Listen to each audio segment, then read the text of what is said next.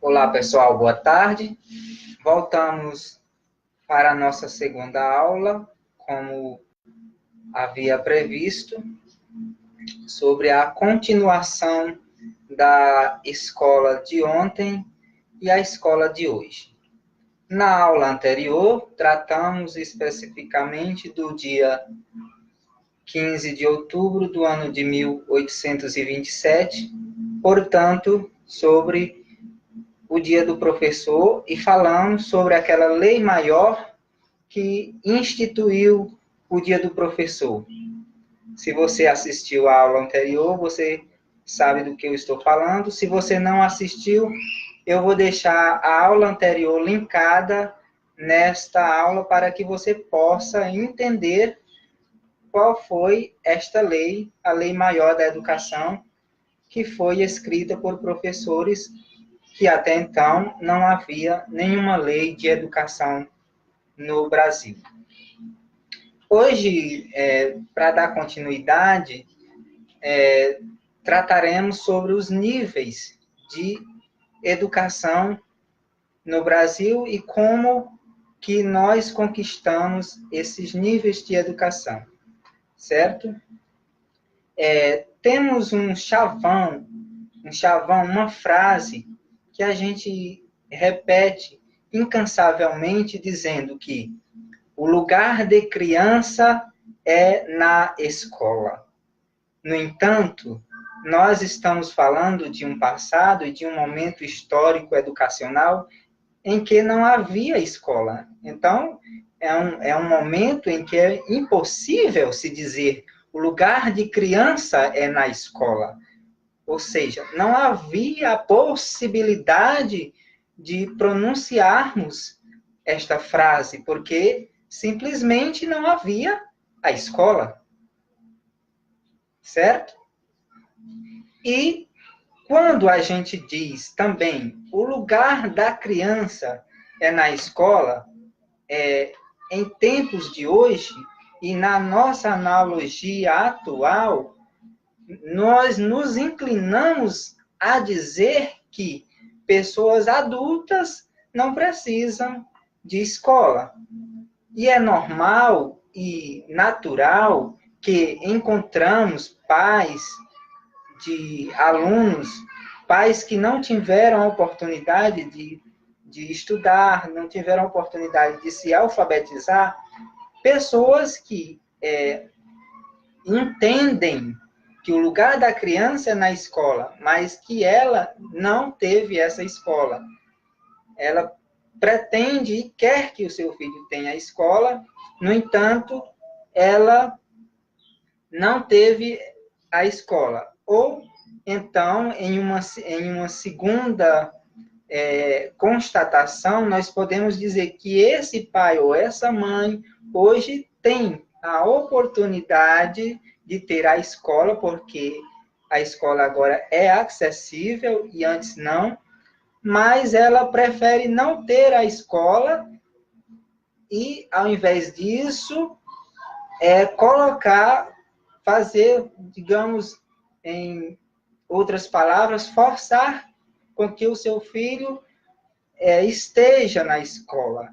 E ela não vê, então, a necessidade de estar na escola. Ou seja, esse pai e essa mãe que são analfabetos, semi-analfabetos, que hoje têm a oportunidade de ter a escola, por exemplo, a escola de jovens e adultos, mas esse pai ou essa mãe, ela não quer, ou ele não quer a escola, mas ele quer que o seu filho tenha a escola. Certo? E isso, de certa maneira, essa perceptividade, de certa maneira, nos força a compreender de que pessoas de antigamente veem a necessidade das crianças estarem na escola, mas não veem a necessidade de elas estarem na escola. Certo?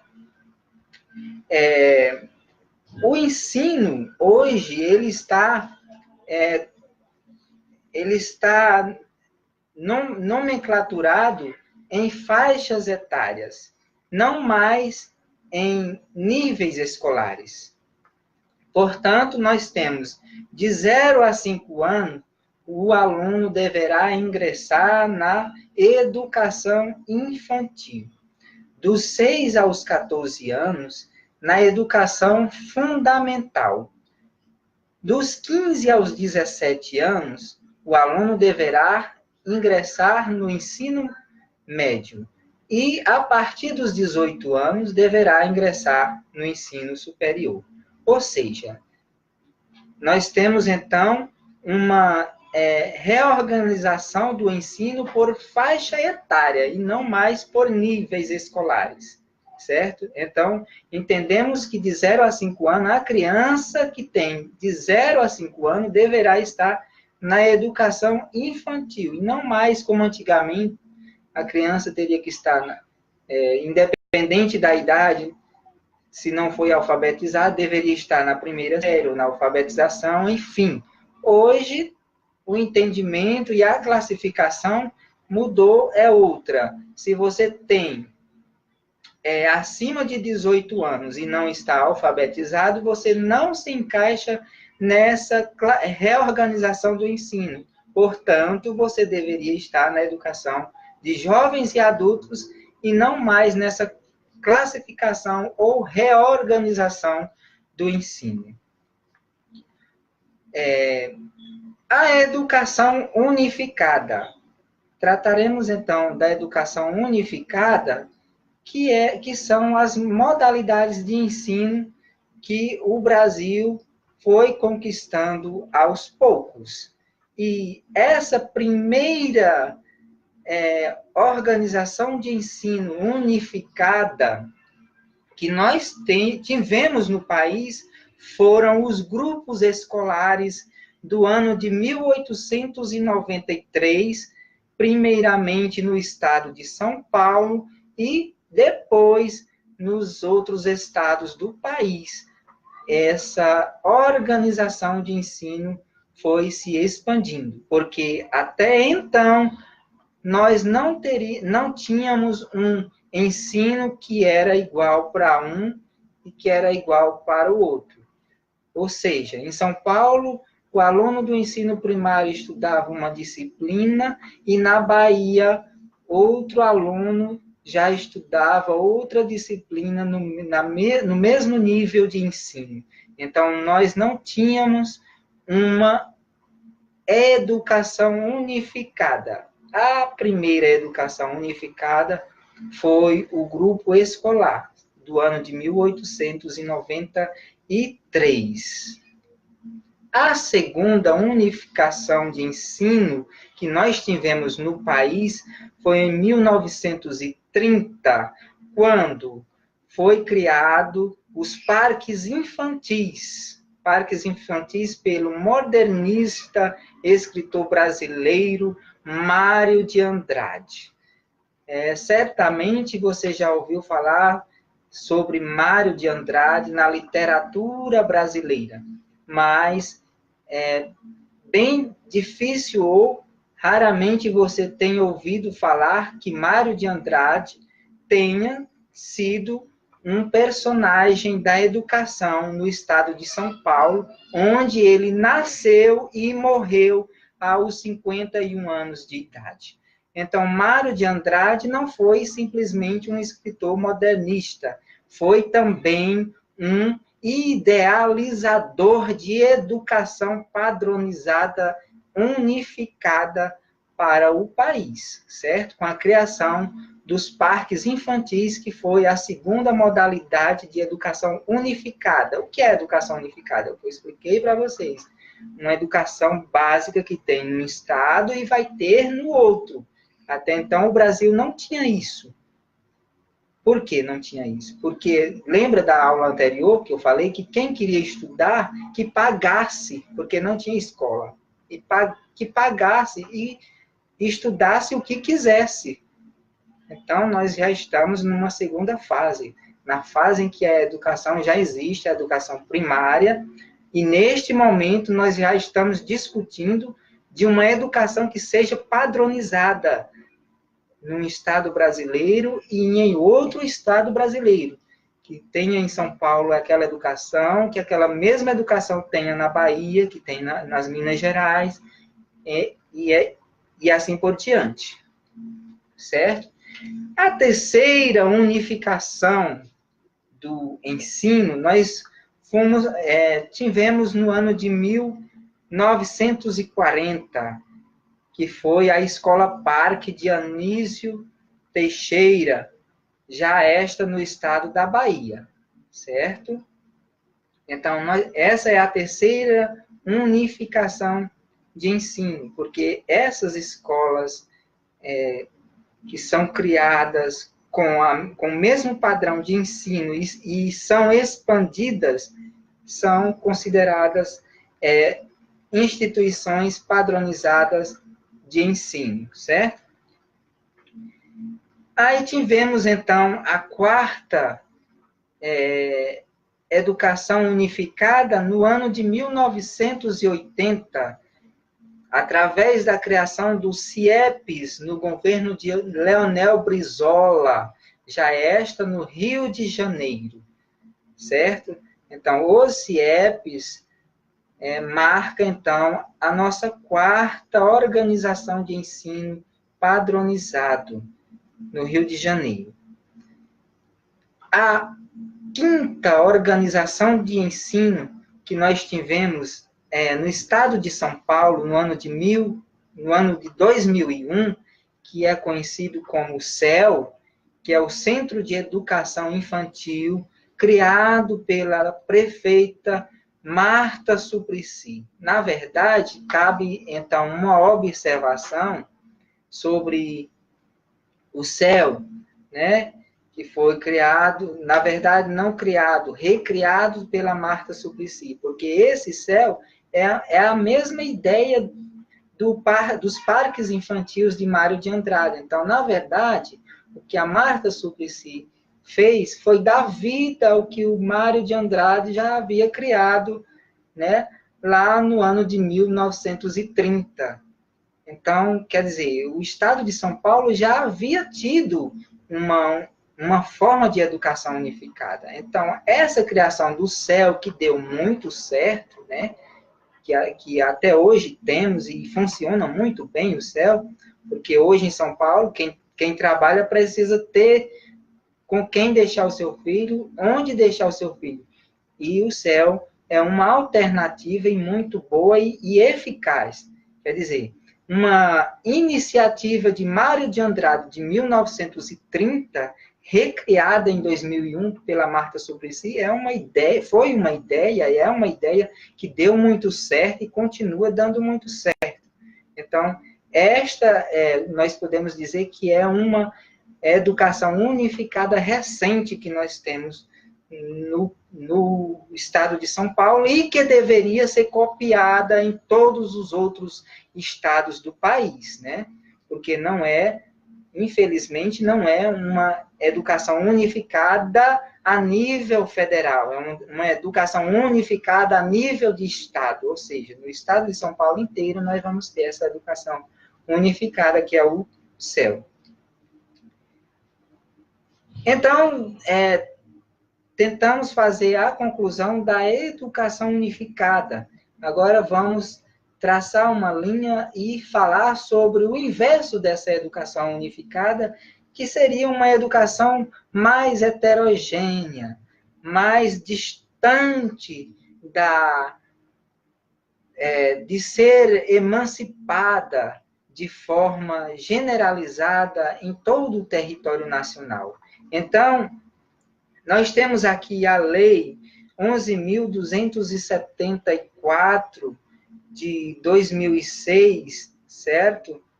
Nos artigos 29, 30 e 32 da LDB, que determina, então, as responsabilidades de educar. E quando eu falo as responsabilidades de educar, eu estou falando dos órgãos competentes. Estou falando do município, do estado e da União. Então, por que a nossa educação brasileira ela não é unificada? Por que que nós temos essa dificuldade de ter uma educação unificada, uma educação que seja homogênea para todos? Em primeiro lugar, porque a própria LDB, ela prevê que as responsabilidades de educar não é simplesmente de um órgão só. Então, vejam bem, a educação de ensinar, né, ou seja, de proporcionar o ensino infantil e fundamental, é uma responsabilidade do município, certo? A responsabilidade de dar o ensino médio é uma responsabilidade do Estado. A responsabilidade do ensino superior e da extensão científica é uma responsabilidade federal, uma responsabilidade da União. Então, seria muito mais fácil se tudo isso fosse respondido ou correspondido por um único órgão. Porque, vejam bem, o município arrecada os seus impostos. Então, repassa os seus impostos para a federação. E a federação, após fazer os cálculos, devolve esses impostos para ser aplicado na educação para o município, para o estado, enfim. O que acontece? O município, com este valor, terá que dar a educação básica, a educação fundamental. O Estado, com esse valor que recebeu da União, terá que proporcionar a educação de nível médio. Mas a pergunta é, se a União recebeu estes impostos dos municípios e dos estados, e esses impostos têm que ser aplicados em educação, enfim, em outras coisas como a saúde, segurança, etc., então, por que a própria União não o faz? Certo? Porque a própria União não faz. Porque aí nós teríamos uma educação, sim, unificada. Porque não caberia a responsabilidade de dar educação infantil ao município, a responsabilidade da educação média do Estado, e a responsabilidade de dar a educação superior ou científica da União. Porque o que ocorre é o seguinte, se o município ou o Estado peca no seu papel de dar educação, então o processo da educação se quebra. Se quebra. Se o município não deu a educação básica, o Estado não vai conseguir fazer o seu papel dando a educação média. E a União não vai conseguir o seu papel formando cientistas para fazer pesquisas. Então, essa é uma constatação de educação heterogênea brasileira. Nós precisávamos de ter uma educação unificada. Se a federação recebeu os impostos dos municípios e dos estados, que ela o faça a educação, que ela o faça a segurança. Não ficar repassando dinheiro e muitas vezes jogando dinheiro na mão de pessoas irresponsáveis, de prefeitos irresponsáveis, de governadores de estados irresponsáveis e outras autoridades irresponsáveis, e o dinheiro se perde no meio do caminho. Então, a função não só da educação, mas a função da segurança, a função da saúde pública, tudo isso vai se perder no meio do caminho. Porque esse imposto que saiu do município, que saiu do Estado e foi para o governo federal, ele volta de novo para onde ele veio, depois dele ser calculado, ele vai ser repassado novamente para onde ele veio. Mas, infelizmente, ele não vai tomar o destino certo. Então, você não pode ir no governador do estado e dizer assim, eu preciso me matricular no ensino fundamental. E eu preciso que o senhor governador do estado me dê o ensino fundamental, porque isto não é a responsabilidade dele. É a responsabilidade do prefeito. Certo? Eu não posso chegar no prefeito e dizer, eu preciso que o senhor me matricule ou me dê uma escola de ensino médio com qualidade. Porque isso não é responsabilidade do prefeito. É responsabilidade do governador do estado. Então vejam a confusão do ensino. E nós estamos falando de tempos atuais agora. Nós estamos falando da educação que nós temos hoje, não é da educação de ontem. Como que eu posso ter um cientista amanhã se essa criança de hoje não conseguiu completar o seu ciclo fundamental com eficácia? Como que eu posso ter um aluno bem desenvolvido, capaz de fazer um Enem, tirar nota 900 ou 1000, se ele não teve educação de base? Não tem essa possibilidade. A gente precisa lutar por uma educação unificada. Aí você vai dizer, mas o presidente da República não vai ter capacidade de monitorar os municípios, os estados, não vai ter capacidade. Nós sabemos que existem diversos gestores em todos os segmentos que podem fazer isso. Certo? Em todos os segmentos.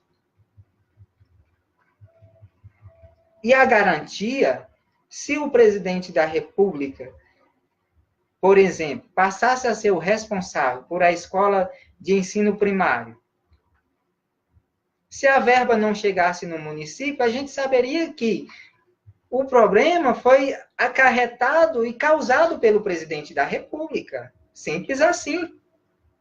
Não teria que brigar com o prefeito.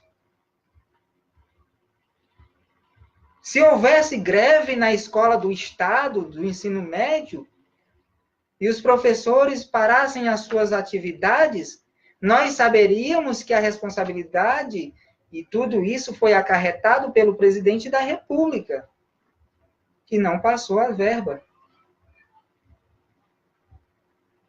Certo? Então, isto é o que nós temos em termos de finanças. Nós estamos falando no aspecto de finanças, mas não nos prendemos a isso, porque não é só sobre isto que nós estamos falando. Nós estamos falando no aspecto da finança e também no aspecto pedagógico. E o aspecto pedagógico inclui o presidente da República, a federação, ou seja, o órgão responsável, que é o Ministério da Educação, em fazer manuais padronizados para todos os estados, para todos os municípios,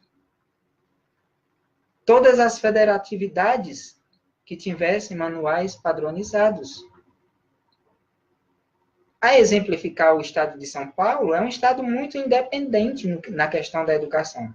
Nós temos, por exemplo, escolas particulares que elas têm seus próprios manuais, que elas têm a sua própria estrutura pedagógica, né?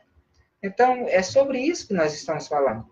Sobre a unificação do ensino em todas as suas formas, não só na forma financeira e na forma pedagógica.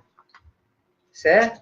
Então, essa educação heterogênea, que nós vimos aí, a tripartição desses deveres de ensinar, o dever do município, o dever do Estado, o dever da União, que está lá na LDB 1996, isso aqui está escrito lá, que o município tem que dar educação básica, que o Estado precisa da educação média e que a União precisa formar cientistas. Formar cientista, quem é que se forma em cientista? Pessoas do nível superior. Ou seja, resumindo, é função da União dar o ensino superior. Certo? Então, nós podemos essa perceptividade de heterogeneidade do ensino, essa tripartição, nós temos ela desde o ano de 1934, através do ato adicional da educação atribuída às organizações de ensino, certo? Então, desde aí, do ano de 1934, que nós temos essa tripartição, ou melhor dizendo, essa heterogeneidade de ensino, porque desde 1934 que esta lei determinava que as províncias tinham o dever de educar, ou seja, ainda está muito distante de chegar à tripartição, mas já havia ali, então, uma definição de quem tinha o dever de educar, certo? Na questão do ensino superior, o nosso marco inicial para qualidade, expansão e criação do ensino superior no Brasil foi no ano de 1931, né?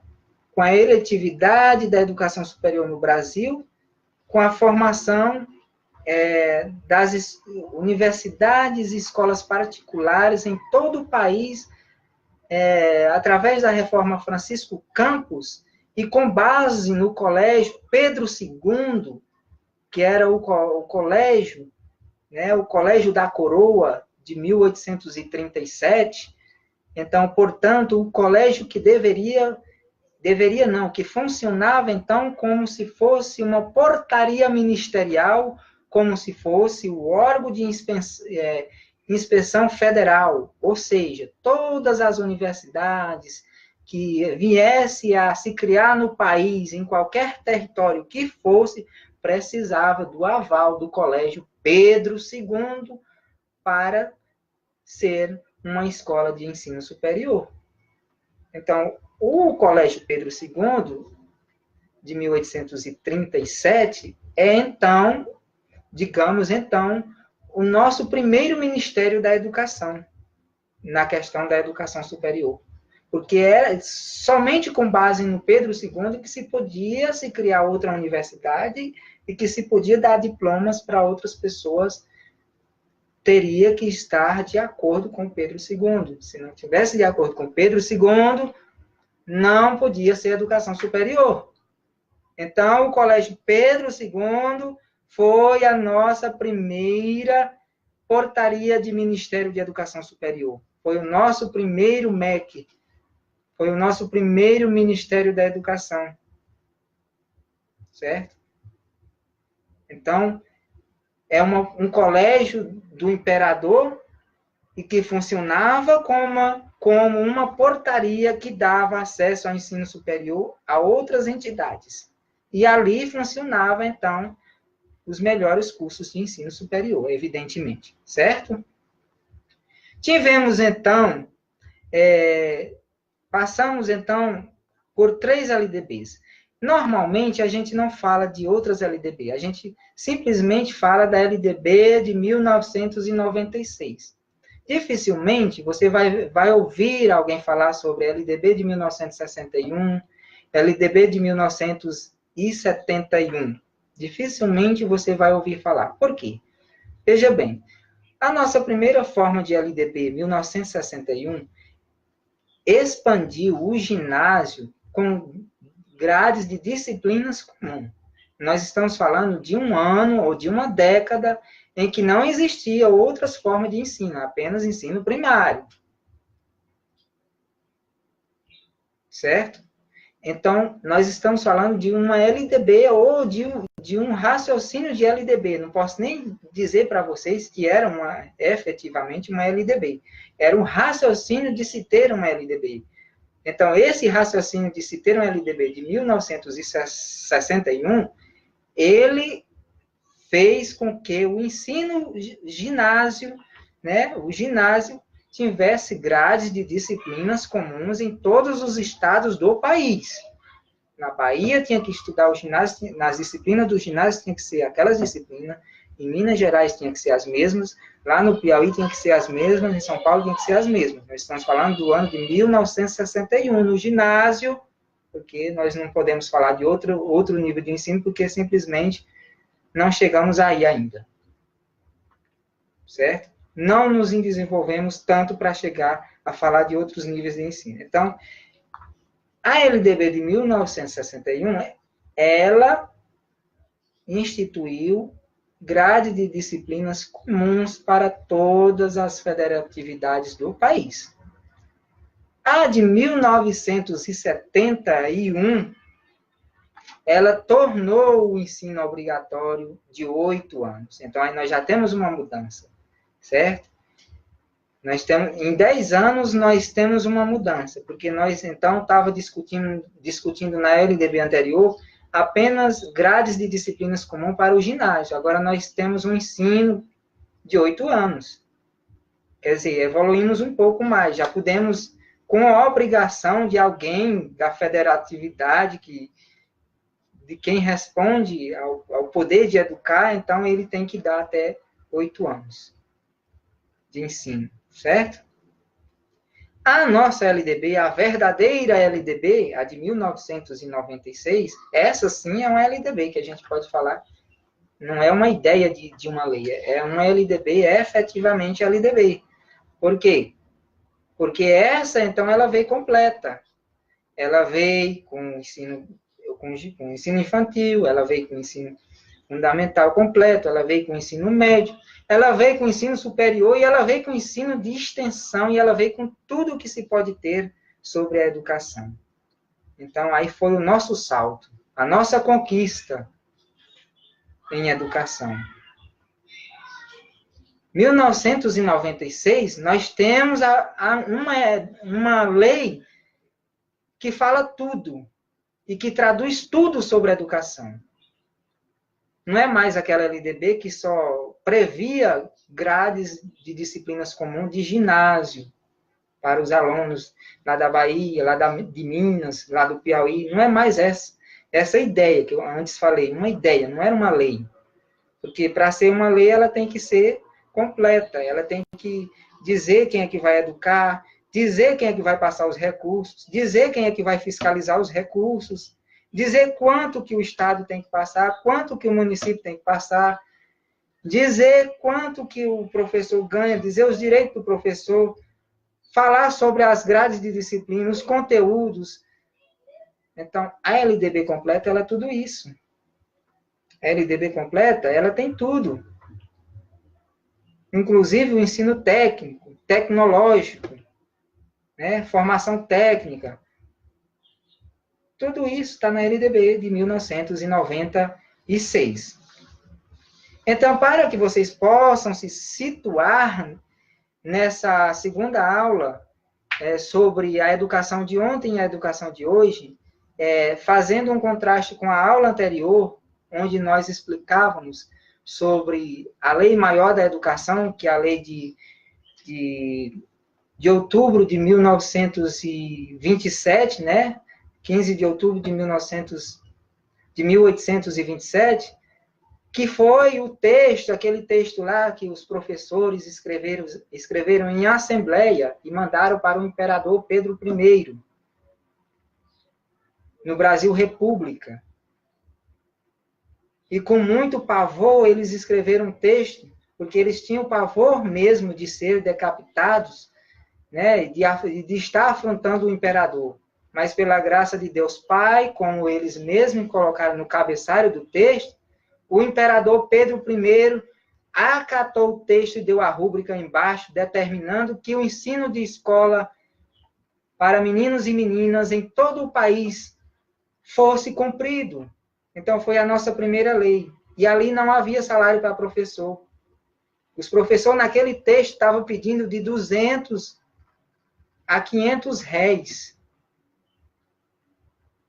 se fosse aprovado. Eles não determinavam que era 500, nem que era 200. Era de 200 a 500 réis. Certo? E eles, naquele texto, colocaram ali a sua súplica Começando dizendo aos poderes de Deus Pai, nós aclamamos, Senhor Imperador, nós estamos falando de um Brasil república, onde ninguém era responsável para dar educação para ninguém. Não tinha presidente da república para dar escola para teu filho. Nós estamos falando de um imperador com ferraduras,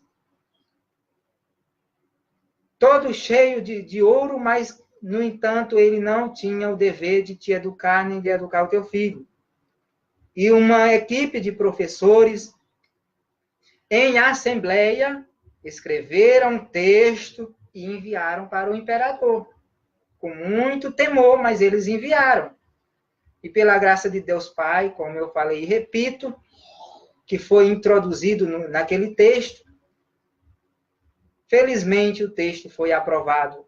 E graças a Deus, nós temos a educação de hoje.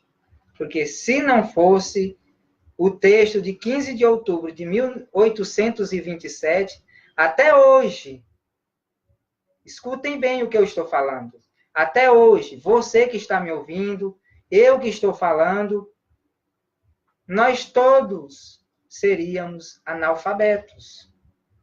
Porque foi o texto de 15 de outubro de 1827 que formou médicos, que formou engenheiros, que formou arquitetos, porque foi ele que garantiu a educação. E esse texto de 15 de outubro de 1827 foi o texto que deu e nomeou o Dia do Professor. Vou deixar essa aula anterior linkada para que vocês possam assistir, para que vocês possam ter o detalhamento do texto, porque eu leio ele detalhado para vocês. Muito obrigado e até a próxima aula.